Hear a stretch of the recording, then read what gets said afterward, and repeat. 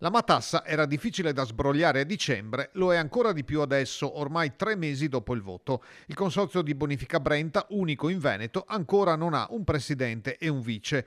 La lista di Paolo Bordignon, dimissionario, aveva raccolto 10 consiglieri su 20, insufficienti per garantire l'elezione dei vertici. Le trattative per un accordo con le altre due compagini in lizza non sono andate a buon fine. Esito negativo l'hanno avuto anche le due assemblee convocate nei giorni scorsi, dove è mancato il numero legale.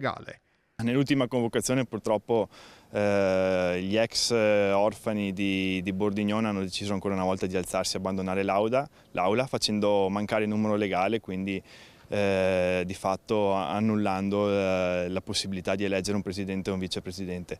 Questo è un grande peccato perché è un atto di mancanza di responsabilità nei confronti delle aziende agricole, di chi lavora e di tutti i cittadini che comunque qualche mese fa sono andati a votare chiedendo un governo efficace dell'ente.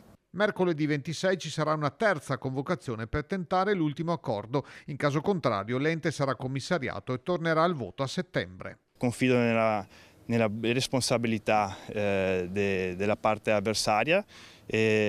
Abbiamo fatto 10 anni di opposizione noi, c'è stato i momenti che abbiamo votato no, i momenti che ci siamo astenuti, ma anche momenti in cui abbiamo votato sì, perché siamo sempre stati una forza responsabile. Ci attendiamo allo stesso atteggiamento costruttivo perché comunque l'acqua è un bene di tutti.